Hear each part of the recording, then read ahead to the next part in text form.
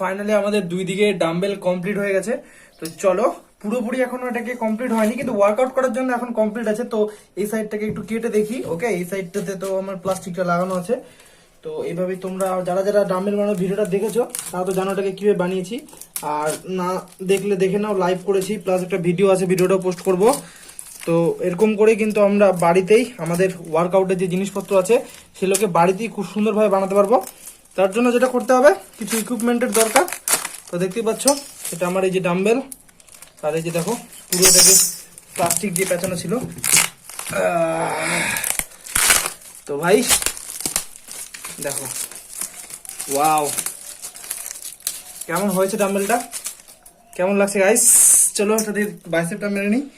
ও সেরা, প্রায় এটা 12 কেজি ওয়েট হবে ডাম্বেলটার। সেরাই। ও 1 2 3